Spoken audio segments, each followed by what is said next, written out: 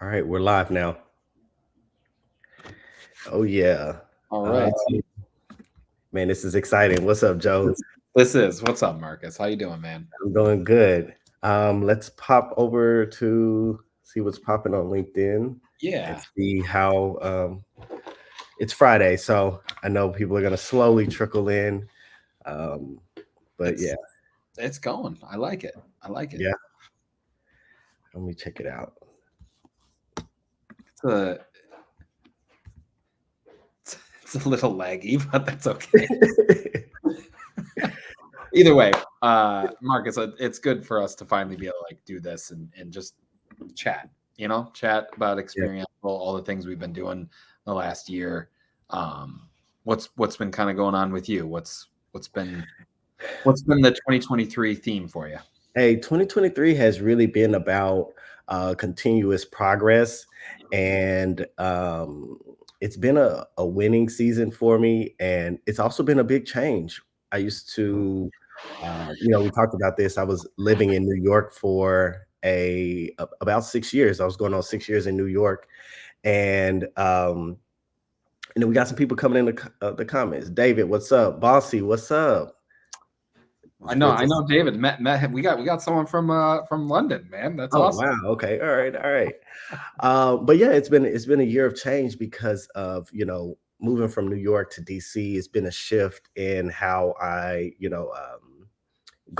about my day and changing even just different types of scenes. Where New York is it's hustle and bustle, where DC is a little bit chiller. It's got some political moves happening and things like that. So definitely a change of the mind. But I'm super happy that I've shifted cities and from the Big Apple to the nation's capital now. So that's been my tagline this year. What Okay. about you? How's this year been for you? I appreciate that, Marcus. Yeah, this year's been interesting. I definitely shifted some gears professionally, but I also managed to shift gears geographically too. So I was in New York City for a bit, and then I came back to my hometown of Buffalo, New York, which has been nice. It's just been a little bit closer to the family and friends, and still traveling and going to all the different events and experiences. So, the nature of what we do and with what 2023 had to offer with all these different events and experiences, as Yeah. you know, you you're kind of all over the place. So really, what is your hometown? It's your place where you can rest your head and Yeah. get some clarity, but that's about it. Then you're off on the road again. So you know how it is. Always, yeah. You're always on the road. I consider home being where I get my favorite foods, or the hometown cooking that reminds me of my childhood. So forever Dallas, Texas for me. So um, but what's crazy is that like 3 years ago, 2 years ago, we were in the height of the pandemic and events were over. And so live streaming events was a thing. But what's amazing about even this moment now is that you and I talk about experiential all the time. You know what I'm saying? Like we get on the phone, we have our weeklies. That's something that we picked up during the pandemic era, is like getting, just talking and meeting people and connecting and having these like touch bases.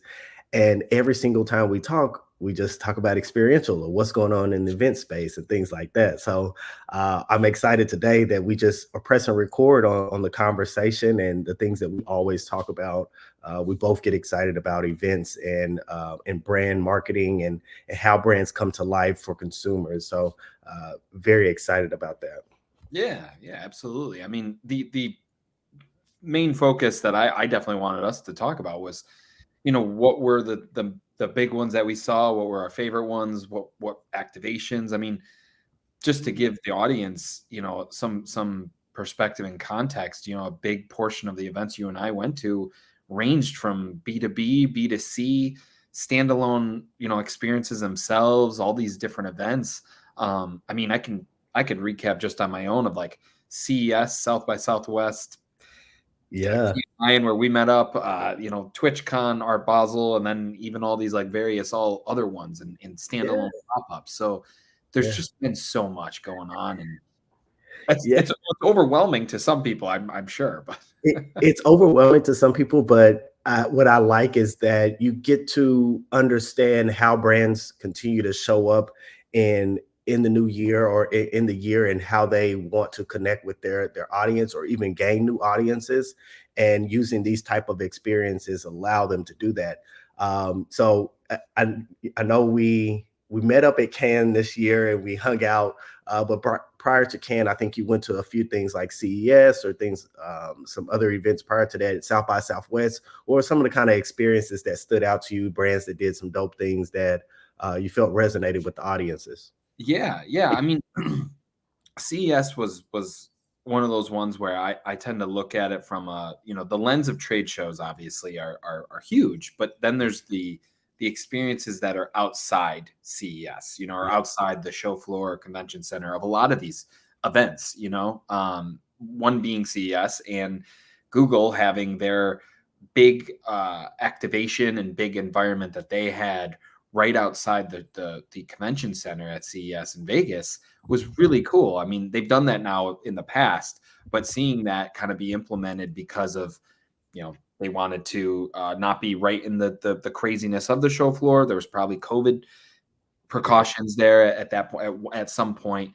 And to see what they were doing was really cool. And same thing with TikTok. I've saw a lot of brands like TikTok and Pinterest, for instance, who took over, whether it was like a speakeasy or some type of room in the Cosmopolitan or any of the hotels for their own private parties and own experience, which I thought was really cool because it provided that exclusivity and kind of Yeah, like, hey, how can I get into this thing? yeah, yeah. So definitely CES, one of them. And coming up in 2024, I'm sure there'll be amplified versions of that too. South by Southwest, I could probably write a whole novel on South by Southwest. It's honestly one of my favorites. I don't know. Have you been, Mark? I have, and I have some crazy stories about South by Southwest. But it was more in my, like, I was trying to host music showcases, so that's when I would go. I haven't went in this stage of my career where I'm focused on more just the brand experiences. Hmm. So I think I'm going to make a trip if I can make it happen. Yeah, I hope you do, and please, yeah, absolutely, please do. I think Yeah, South by Southwest is a friend of mine. Her name's Alex Casalero. She now lives in Austin, Texas, but her and I make it a kind of almost like a theme of us going to yeah, all the activations as attendees. yeah, It's funny what you and I do for a living as we build these experiences, produce them, attend them in the lens of like how are we making sure it works flawlessly and logistically. We sometimes forget to put the consumer hat on, you know what I mean? Of like yeah. actually going through with it and seeing it. And I can tell you the Paramount Lodge at South by Southwest, where they took over a bar on Rainey Street, I thought was amazing because it was because of just the experience itself, which I can happy to recap, and then two, because of the trend that I noticed was a theme throughout 2023. So the experience itself, they had all these different shows and IPs that they were highlighting, and each one had its own like almost vignette and or experience that you could go through. So like Star Trek had their own little thing, the What? like the Grease show or something like that, like the pink, I forgot what those were, but maybe the marketing didn't exactly stick with me as well as it should. It The just look experience, good. the photo ops and Yeah, the touch points and all the like the different things that you got to like go, wow, this is really fascinating. yeah, It was like three levels. You walk in, you had like a little wristband thing with two rip off things for like a drink or something like that. So mhm, it was engaging and had a long lasting impression throughout the endeavor of the whole South by Southwest. And then the yeah, B, the trend part, was that each one of those vignettes, each one of those IPs, I'm just noticing more and more brands are leaning into having their own IP or their own experience. I saw Adweek release an article recently on that of like a trend of experiential, and one of them was being brands want to create their own IP, like their own version of Coachella, their own version of a South by Southwest, and make that the attraction for people. So yeah.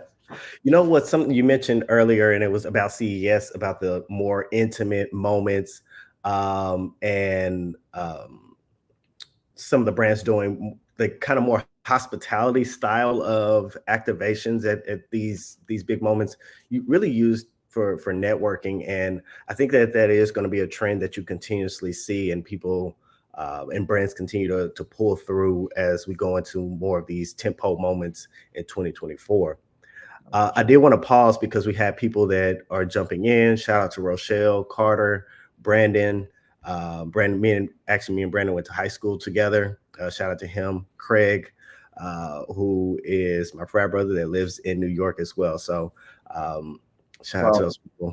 We got I think it's questions. Mallory, who I've known for quite some time, and Carter I've known since my days of once was brand ambassador tour manager days, which sometimes I miss those, and sometimes I'm like, yeah, I'm good with that. But it's interesting, Mark. It's like to see what's going on also in other different types of events. So like CES and South by Southwest, in my opinion, are like the opposite ends of the spectrum of like what they entail. I know you and I met up at Cannes Lion. That was my first time going.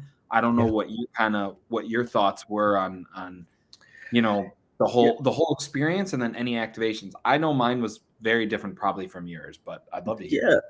So this was actually my second year going. The first year I went through a program called Can Diversity Collective. And I actually went this past year through the same program. And it is for diverse talent to get the opportunity to go to Cannes Lions and be a part of the entire experience, but also support the beach that they have. So at Cannes Lions Festival of Creativity, there is there's this thing called the Corset. I think it's called the Corset. I could be wrong. But it's where all the beaches are. And then there's the Palais, which is where the actual awards happen. And so the Can Diversity Collective has a beach.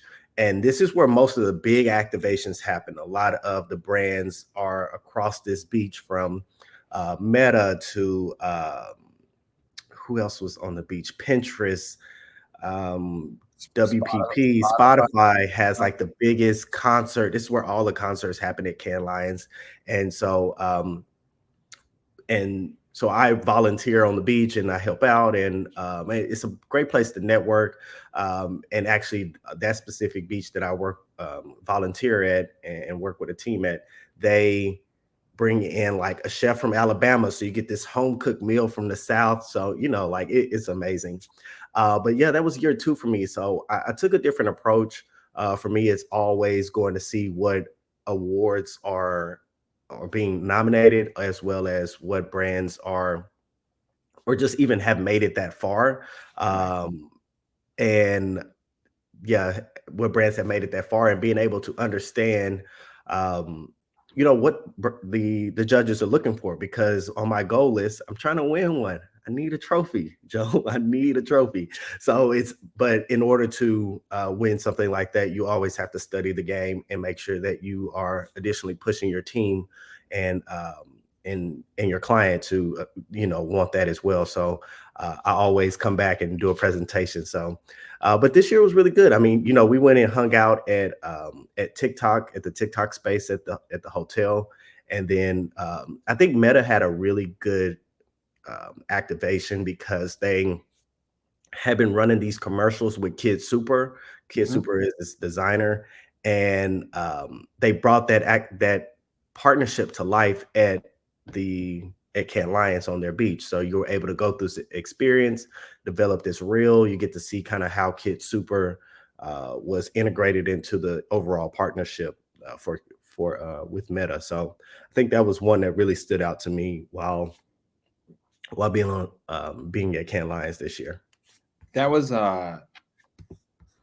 probably my favorite activation throughout all of the Cannes Lions. Again, that was my first one, and just so you know, Mark, is like, I think I told you when I was there, I literally flew from Brazil to Switzerland to see Art Basel, Switzerland, where one of my like very close friends lives, and then we drove down to the south of France, and that's where for Cannes Lions. And I was like, okay, I'm overwhelmed with like sensory overload from it's a lot hopping around continent to continent. So at that point, I was like, all right, what am I in store for?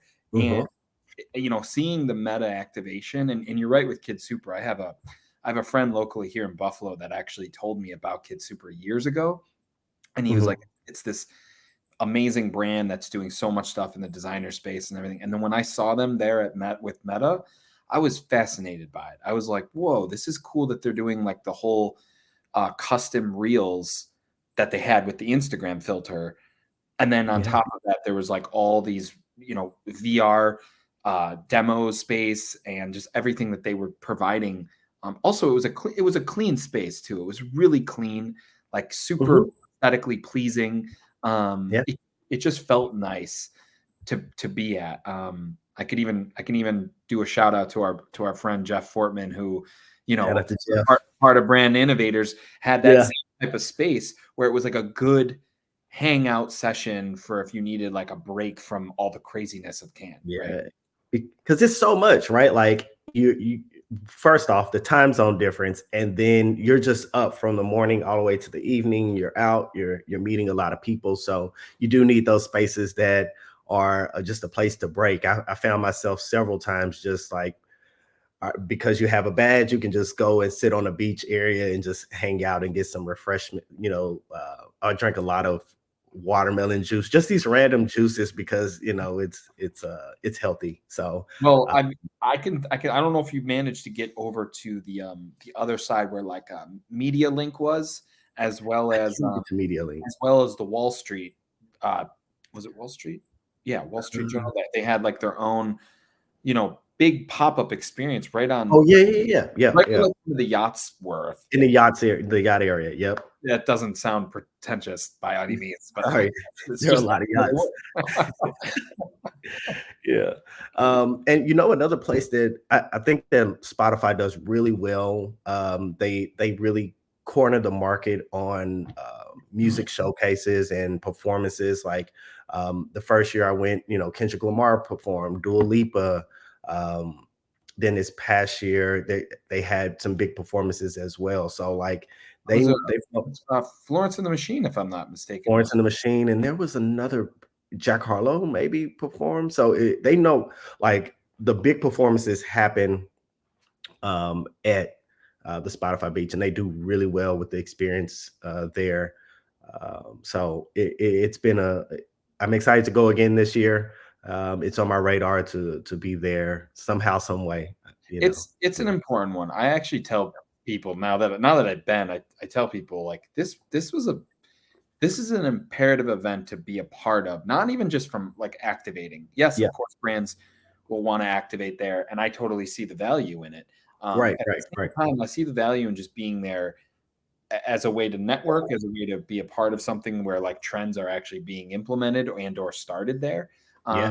And then even more of an element of and of course, who doesn't want to go to the south of France in the summer? I understand that. No. Uh, but Yeah. it was something that I really was inspired by, invigorated by, probably exhausted by, of course, but like it had a lot of things. Um, Yeah. one of the activations that I actually thought was really, really cool about Cannes was the Amazon ads port. Now, I had heard that they did a crazy one the year prior in Yep. 2022. 2023, I was super excited to go. I had a couple friends that work on the Amazon ads team, and I was like, oh, I got to go check that out. Going there and then seeing the Twitch area The Twitch area. Yep. that was so cool. And I can vividly remember going through that experience Yeah. because it was going through it. Everything had like some very custom LED, really Mhm. cool like, aesthetics of walking through. And then the interaction part was where you could record like your own voice and create like a song using, I think they had like software, different preset Yeah. filters. Um, Super cool. Yeah, I mean that's what you expect from Amazon is to show off their suite. You know what I mean? Like that. When I see a brand like that, and your Googles of the world, your Amazons, I want to see you show off your suite. Meta did the same thing. I think they had a piece of their experience had WhatsApp. So it's like, yeah, I want to see what else you have going on. I know the big, the fancy stuff, but you have a full suite of things that ranges across a lot of touch points. How do I want to see what those things do, and how do you show them to consumers? We got a couple questions in the chat. I think let me know if you want to answer some of these, but one was what's an experiential trend you like to say goodbye to in 2024? And I know later on in this conversation, we're going to talk about something that we expect to happen, but what's something you want to say goodbye to? That's a good question, Marcus. Good question, Mallory. There's a little part of me that wants to say goodbye to some of that exclusivity. And I say that with the idea that I'm all about personalized experiences. Like, I think you should have them very, very, not handheld, but very personal, right? It creates like a really kind of intimate moment. And so, and I think that's like a positive cathartic reaction we can have. On the flip side of that, the exclusivity, like I saw that at Art Basel just recently. It's why it's the most fresh in my mind. You couldn't even go into some of these things. Now, I think American Express does a wonderful job across the board, but to know that they had this crazy build out on the beach and we couldn't go into it because you just didn't have that, like the highest level of their card. I had a high card. I mean, I guess that's the point. At the same time, I'm just like, well, look what Cartier did at Art Basel. It had its own little pop-up that you could just go into, and it was super luxurious, super like fine-tuned and everything. But to answer the question, I just would like to have a little bit more inclusivity and have people be able to all come and enjoy that experience, and it doesn't have to be a free-for-all. I get that, but maybe it's more catered, of a ticketing process or some type of sign-up thing. I can. That's what I would like to have. Yeah, disappear. I think it's finding I would agree with you, and truthfully, that's something that I kind of want to agree with you on. That's probably what the trend I would like to see. Some of the things I think about from like changing different touch points or QR codes. We need all that. QR codes make the biggest comeback in 2022. I love them. I need them. They help me track a lot of data. So, but I would say it is the exclusivity, finding a real balance in between those two things. Like, yes, like you said, we want to personalize and we want people to feel like it's personal to them. But also, you mentioned the American Express experience, but you could get more people sign up for American Express. But again, that's probably not their objective when they go to Art Basel, is to gain more users. It's to cater to that audience that already uses that card. So I totally get that. And I think I saw another one. I'm going to ask you a question, Marcus, now, because it's coming from Brandon here. What are some of your most memorable brand experiences of 2023? I know I shared a couple of mine, so I'd love to hear like what was one of yours, and then what takeaways did you gain? Yeah, man. So I think if we talk about ones that I have attended, it would be one starting at Cannes Lions with TikTok. Their setup inside of the hotel. They took over that entire courtyard, and the thing about TikTok is still in a space where people are trying to figure out how to use it, when to use it, from a brand perspective, but from a consumer perspective, like you're trying to work through templates and different filters and things like that. But what I did when I went to TikTok is like I went through each activation. Like I went to go see, okay, what kind of music are they trying to push through the app? Are they focusing on trends? Are they focusing on things that are in the 7 to 8 second range that have like this sound bite? And you got to like create different TikToks just based on what you choose, as like if you wanted to choose a short version of music or if you wanted to just pick your favorite song. And that kind of showed which way the trend would take, how your video would do on the platform. And so that was one that really stood out to me, is just being able to get better at the user using the app more. And now I think that's one activation that stood out to me. Of course, I'm gonna toot my own horn. I think this year at Basel, the way Kerwin Frost and McDonald's showed up at the activation, I will say that was cool. That was cool. It was cool. That was I like that one a lot. And what stands out about that activation is that it's not 1,000% like one-way art, one-way street culture. It is like this blend of you know, the smallest touch points that you see in at an exhibit, from like different, the plaques on the wall to the artist statement when you walk in, then switching to streetwear, and but also having the brand engagement. So those different things I think are just like the perfect pot of making a great experience for consumers.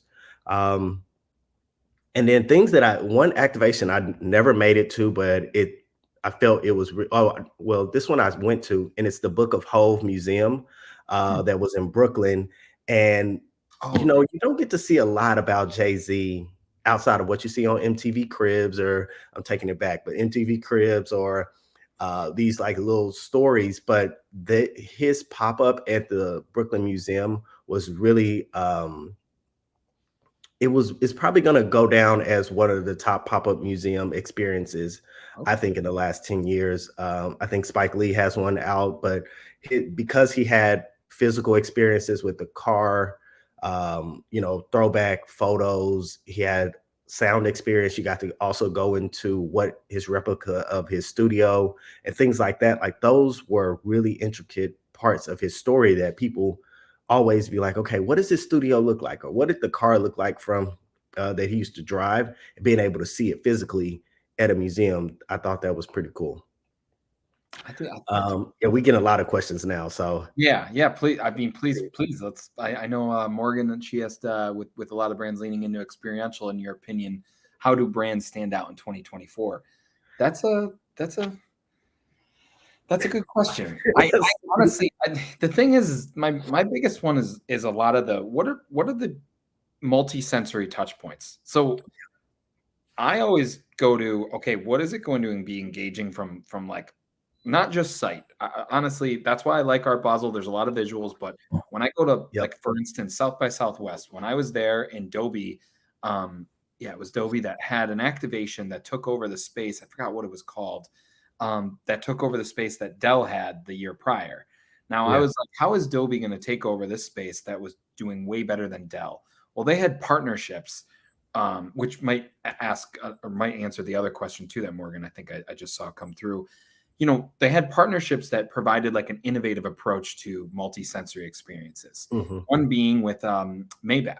So there was a Maybach in the car, in the experience, and you could sit in the car and be able to like sit in the back and experience the car itself. So your touch, feel, everything, and then from an audio perspective, you got to hear the Dolby surround sound, and it was like spectacular. Wow. And And the woman who was like providing that tour and that experience, who worked for Adobe, it was such a curated. You got out of the car, and I was like, well, clearly I can't get a Maybach because that's not. can't get a Maybach. Not today, Joe. Not But today. and it was just, I thought it was so wonderful from an innovative approach of like providing a different sensory experience, all the way to how could I have how could I improve something like that? I'm not even sure, but I really enjoyed it. Yeah, I mean, that definitely answers the question of what Morgan asked. Is like, if as brands are leaning more into experiential, how do they stand out? And I think it is pulling more levers of just past sight. It's that interaction from mobile to, how can I sit and feel? What are my brand ambassadors doing to make sure that they show that they are very knowledgeable about the product, and make you feel like, because at the end of the day, when you walk out of that experience, the goal is to go spend that money with the brand. And so everybody has to be doing their part, from your brand ambassadors to the first person that you speak to when you walk in, to each touch point. And again, I think it's a multi-sensory experience that really will drive that, and bring that engagement there. I agree. I agree. Yep. I know Um, what did our friend Jeff here, yeah. goes, do you think brands are going to lean in on their agency more this year or bring more of the work in-house? Um, I'll let you go first, and I kind of have my own. You know, I'm an agency guy, so I'm going to say, yeah, they're going to lean on their agencies, because I think that one thing that I have seen so far is that it is,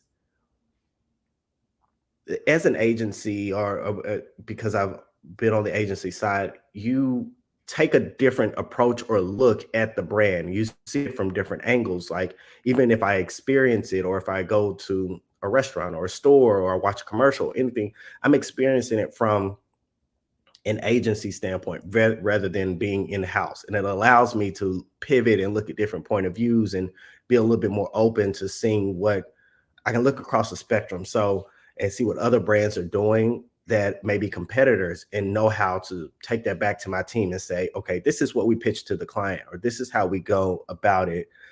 Because I just put on a different lens from the agency side. So it makes me a little bit more nimble.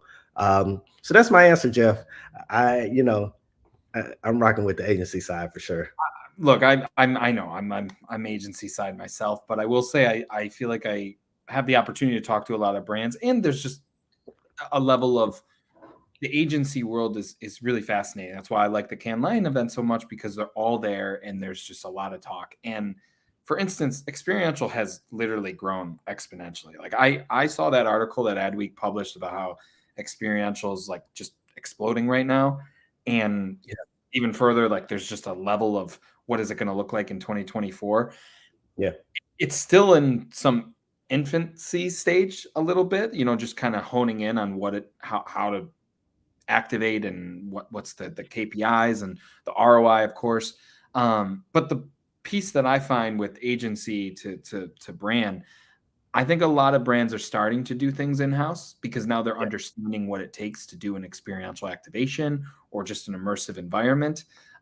It doesn't mean that they don't need to lean on their agency partners, though. So that's Yeah. that's a key ingredient there, is being able to lean in on the agency partners and say, okay, well, we need this, creative mindset, or maybe this production aspect that they can't do in-house, obviously. Because Yeah. for me in particular, one of my favorite, and this goes back before even 2023, my favorite experiential basically thing that's out there is Meow Wolf. Meow Wolf, to me, the first time I Really? ever went to Meow Wolf was in Santa Fe, New Mexico, at the Yeah. OG location. I went to their South by Southwest pop-up last year, to the Vegas location, Omega Mart. I think what they have done is truly create something that is like a standalone experience, truly immersive. And they have partners that they utilize, and then they have their own people too. So Yeah. there's a collaboration there for sure. I don't know if it'll be more in 2024, Right. but I do think a lot of brands are going to want to attempt things in house, but then lean on their agency partners. 100%. I think that like you said, you don't know if it swings one way or the other, but you will see more attempts there. But at the same time, you will see the agencies taking big swings on ideas and concepts, and bringing them to life as well. What's crazy? There's a Meow Wolf here in Texas, in Grapevine, so it's not far. I think I'm going to try to make a move to go see You, it during the holidays. you While I'm need here to. in Dallas. I haven't been to the Texas or the Denver one, but I mean, Yeah. just knowing that they're it's super creative. And I think one of the biggest things, which goes back to the other question about like innovation and what more brands are going to be trying to do, is storytelling. Yeah. People, I know we all get advertised to every day in different mediums and formats and whatnot, but I think a storytelling, a curated experience is so captivating. I brought my niece to New York City like a week ago for the first time in her life. She's 9 years old. She, wanted to show her the world of like the Big Apple, because Yeah. I'm from a small town, and I gave her the experience of going through the Harry Potter like retail store, and then camp, which is that other retail Yeah. experience. Yeah. Yeah. Yeah. And everything was so like beautifully curated that for her, who obviously isn't in our industry, she was just like astounded by it all. And I Wow. think I think That's from something like that, to see the special magical moment from a 9-year-old, you're just like, whoa, like all it had to do was a simple story, a simple curated experience to bring them through, and it can do wonders. Yeah, I mean, first off, that definitely shout out to you being, being a great tour guide that day. I You was know, I was definitely I'm going to Rockefeller Center, going to Times Square. I was like, oh, this yeah. is exhausting. So as we thank you everybody for the questions, that's definitely pushing our conversation forward. And then one thing I wanted to address was Carter's comment about the thoughts on quality over quantity. Does engagement change if you're actively out there getting cool experiences in your face versus going really big just a few times? Yeah, we want all events to be quality, but more along the lines of stretching budgets to do more or go big. Um, I I'm a quality over, it just depends too on first. I want to say it just depends on um, the type of program, what we're focusing on. If it's loyalty based, if we're trying to gain loyalty members for a type of program that's with the brand, i.e., more like app downloads or more app usage, I think you need more quantity just to hit a bunch of spaces. If it is surrounded around like a more of like a punchy brand moment and it's around a bigger campaign, I think that quality and continue to trail. Like let's say you do something at Super Bowl, you want to do something again at maybe a festival just to keep that noise going about the brand and about that experience. So That's a again, great part of your question, I think it, that's a great it thought. depends.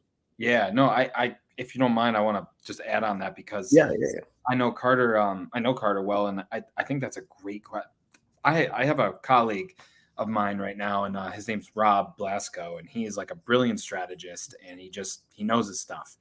And we were on a call together, and he asked the question of why, and I thought that it just resonated with me so well because like at the basis of what we do for a living, like experiential, we sometimes forget about the why. Like we go yeah, right into the what, the how, the where, when, but why? Like, why are you at our Basel CES South by Southwest can line? Like, why are you there? And mm, if you're just doing it to cross off to do that quantity, yeah, I'm sure there's reasoning behind it. I'm also not on the top of the decision making, so I'm sure there's other things that need to be crossed off the list there. But it is a fair question to ask. Like, if you're just doing it just to cross off, yeah, that's probably not the reason to do that. Like it should be a quality approach to something, yeah, especially when it's coming to terms with like you're engaging with your consumers and then hopefully getting more customers or more impressions as well.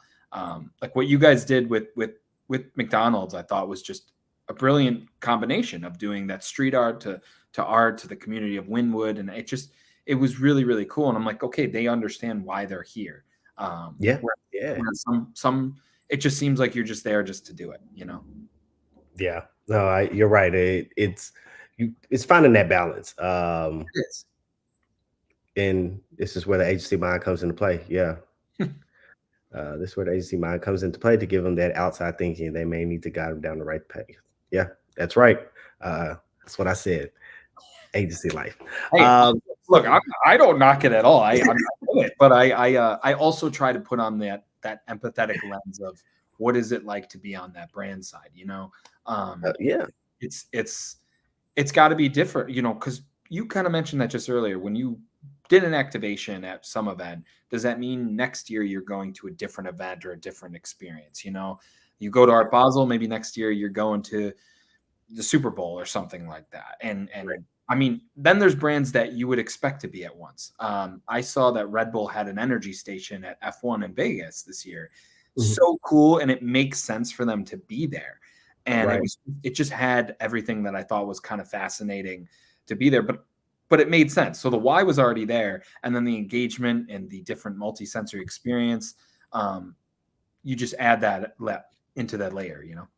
Yeah, and I think like you mentioned F1, and I didn't get to go to F1 this year. I watched a lot of it on TV. Our my agency did do something with one of our clients there that in Vegas, the Vegas one. But I think F1 is going to be that other over the next 3 years, and I'm going to say 3 to 5. It's going to be that other big tentpole moment for brands, especially if you have a card that's participating, for you to show up, right? Like Miami was crazy. They had performances on the track. I'm like, what is going on right now? And I think you went to the one in Vegas, right? Or where did you go I for I was going to, but then I F1? realized I was traveling a little too much towards the end of the year, so I Okay. said, let's Joe, stop. you had to pause the jet, man. You had to let the jet chill for a little bit, let it cool off.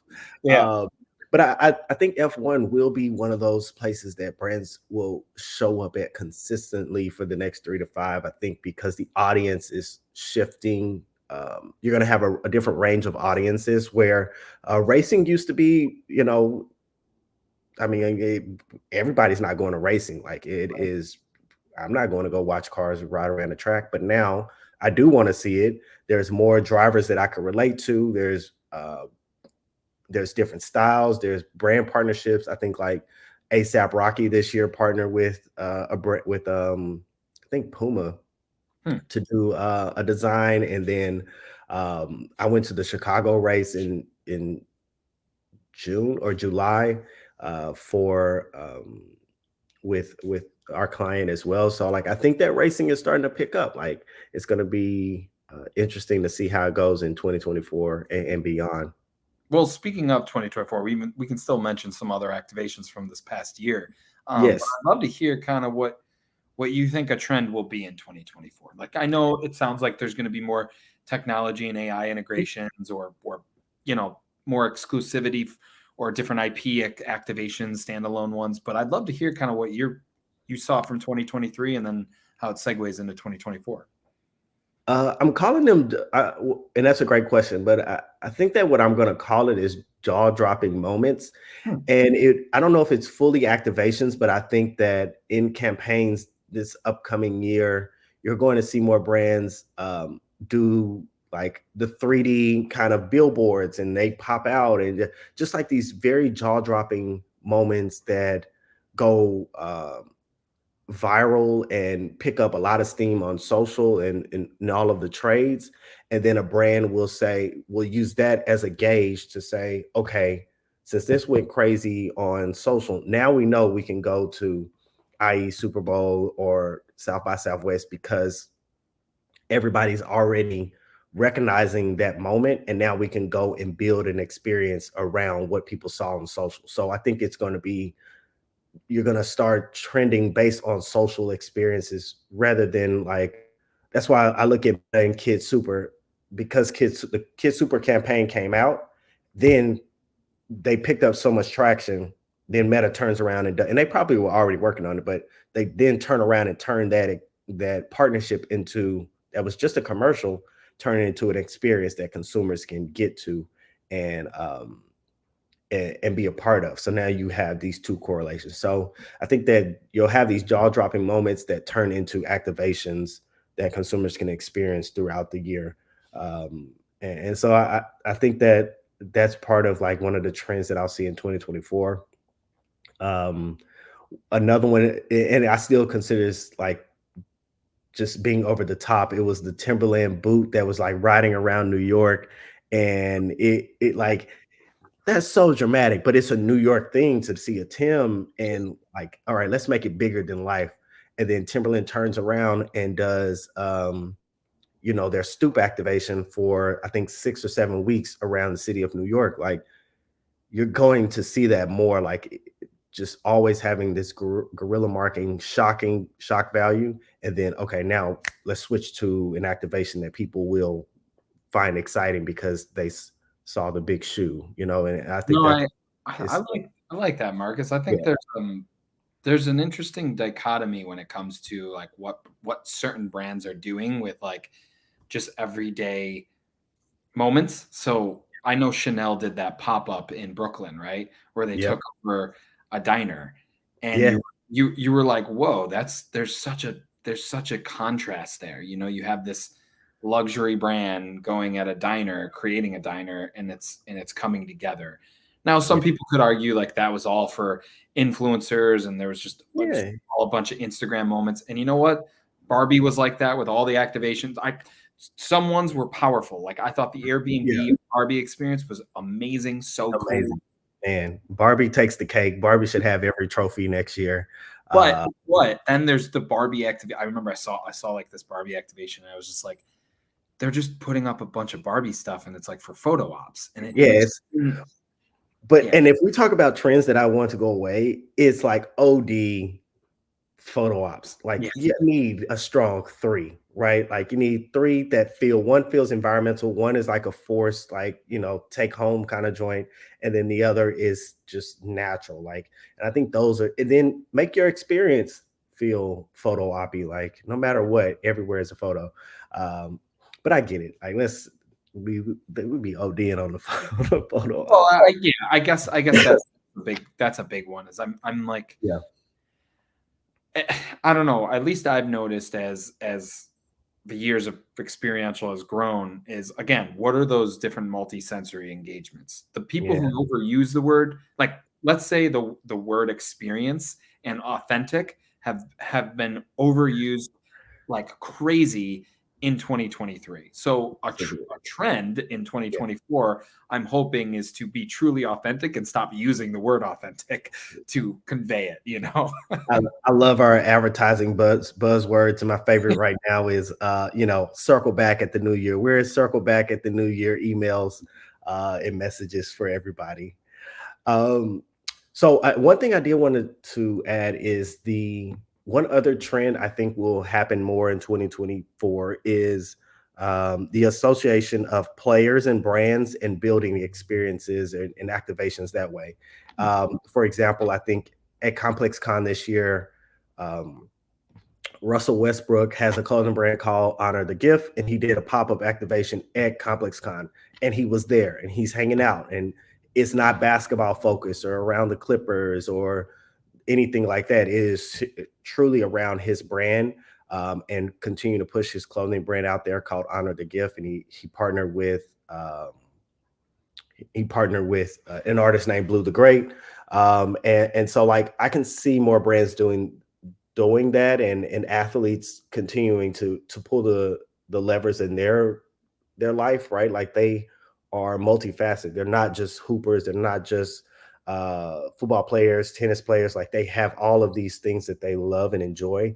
And I can see them going to the brands that they have these sponsorships with and being like, yo, what can we do this year? That's bigger than just me signing autographs. Right. Another player that did something unique this year was Jamar Chase. And he, like in an interview, he said that he was always open. He plays for the Bengals. And then he turns around and wears a 7-Eleven chain. And then now he partners with 7-Eleven. And now he has like some merch with 7-Eleven. And although that's a low lift and it's a reaction immediately after, a brand has to be on guard, or not on guard, but ready to go when that happens. He took advantage of that. And I could see, these sponsorships leaning more into that. And Adidas did it really well with Patrick Mahomes as well this year. So, yeah, that's another trend that I expect to see. I love that, Marcus. I think more sponsorships in a very you know genuine approach. It's not just being like, hey, we're just having this person here. Yep. I didn't make it to Complex Con, but Yep. that's great to hear that there was that presence there. Yep. I don't know. I didn't go to every event, but I will say, like, one of the ones that I thought was pretty fascinating from a reasoning why they were there, and then what they were trying to do to connect with that specific audience was at TwitchCon when Duncan was there, and people were like, "Well, what is Duncan doing there?" And they were unveiling like their new energy drink. Now you can say whatever you want about having an energy drink or not, but for them to be there and unveil this new product and how it's going to resonate with the consumers there, I thought that was really cool. Because then the product was just kind of speaking for itself. The actual booth, the Yeah. actual environment, that was the add-on. It was actually the product itself that was selling it.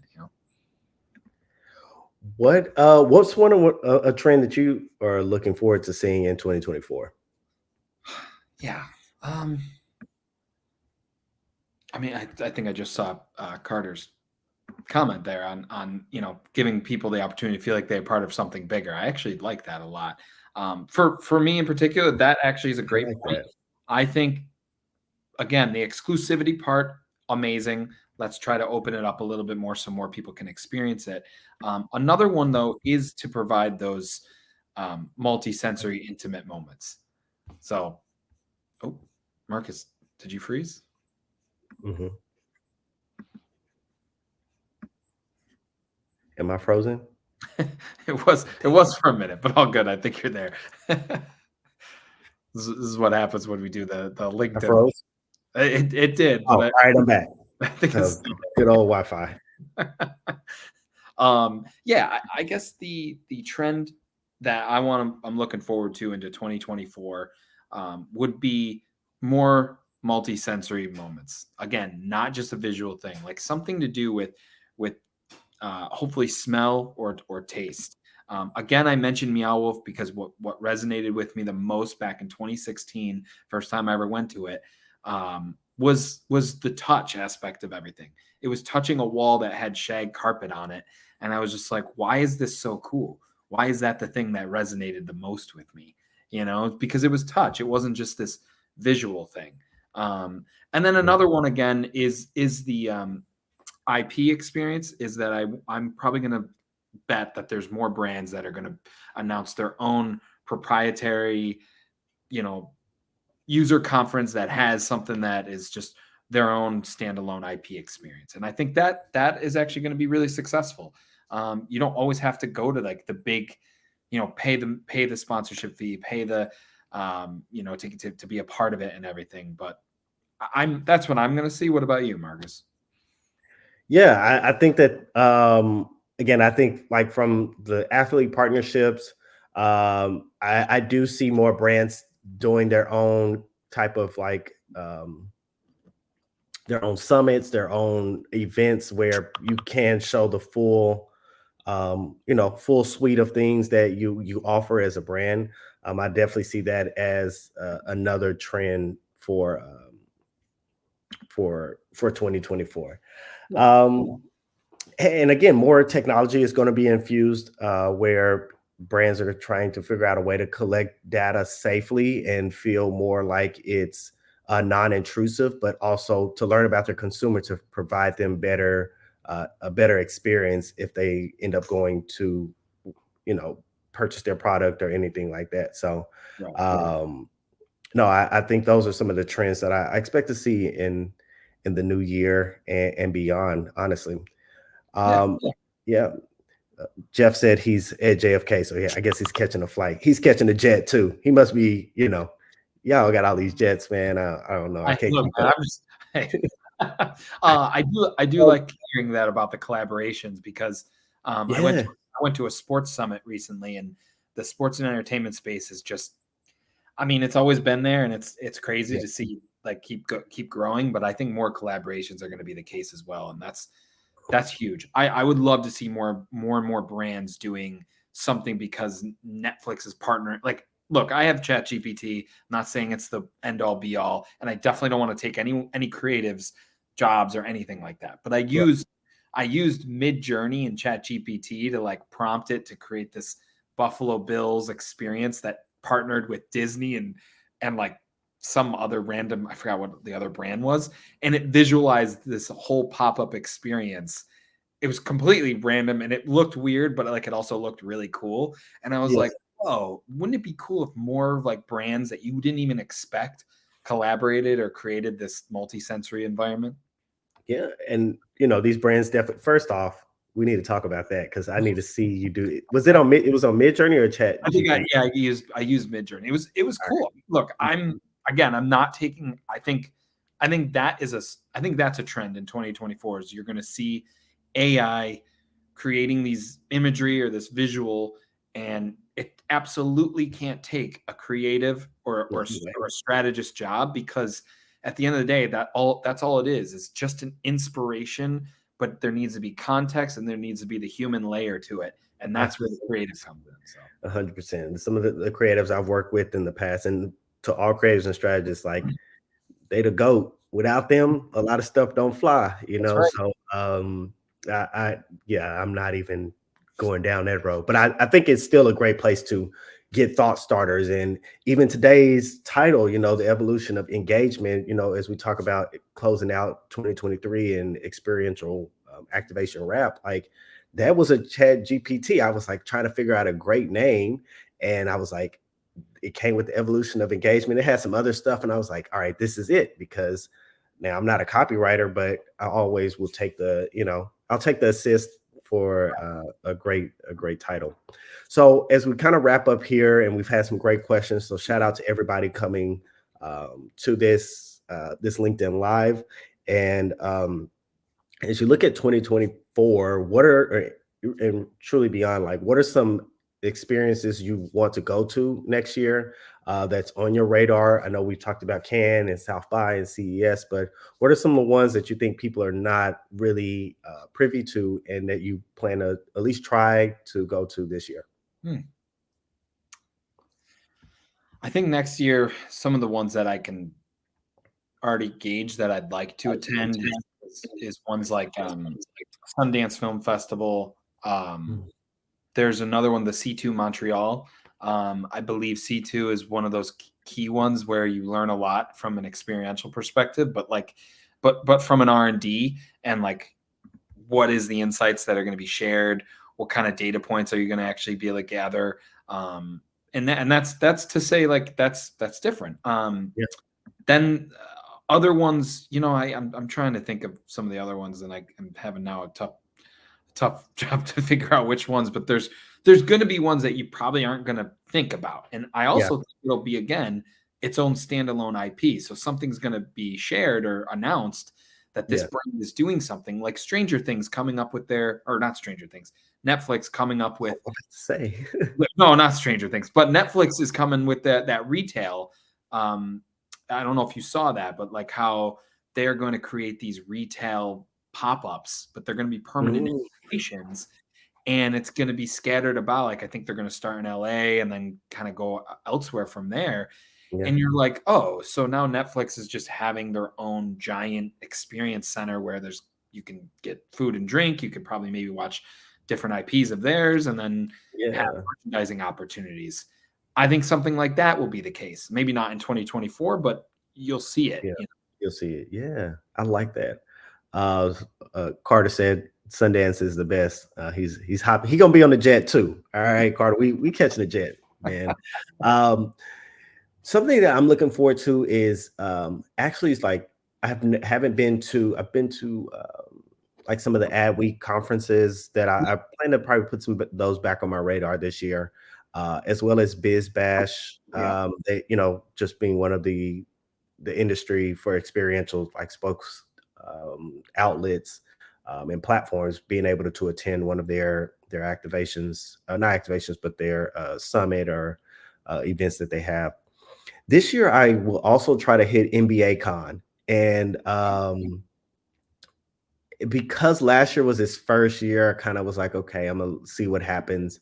And it happens around NBA Summer League timeframe in Vegas. And I think that the NBA Summer League is growing more because the sponsorship is not doesn't stop at the end of the playoffs. It's starting to trickle over into all right, G League and NBA, Summer League. So starting to kind of span over there as well as the WNBA championship time frame happens at in that same area. So NBA Con is something that I want to make it to this year just to see the experience. Yeah, Uh, I agree. I agree. I think that'd be great. I actually think a lot more automotive too. There, I went to you know what?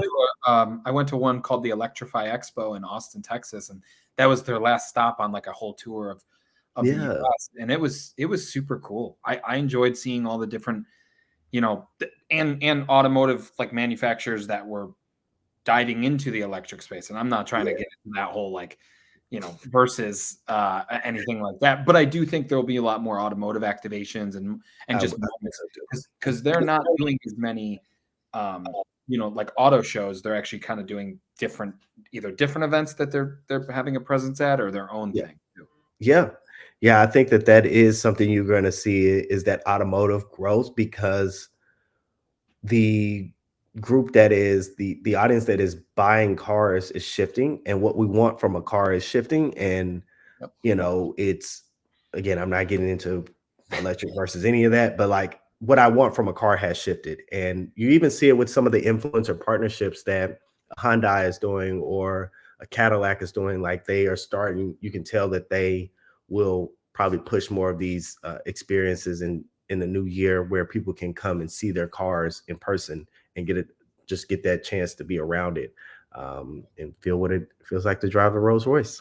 Hey, well, Marcus, I know we're coming up on here, and I'm Yeah. just really glad that we were able to do this. I know Yeah. this is our first one, so I mean, there's probably little things we have to work through and Oh knowing yeah. that's like, and I'm just glad we had people that wanted to join, and super grateful that you and I got to meet up at these various events, and I'm hoping that that's the case in 2024 a lot, and Yeah. we keep this rolling. So, you know, Yeah. Wait, can you see that on the screen now? I can. That's dope. All right, I should have did that the whole time. See, this is the stuff we have to learn. Thank you all for joining. We're going to continue to work through this, the evolution of engagement.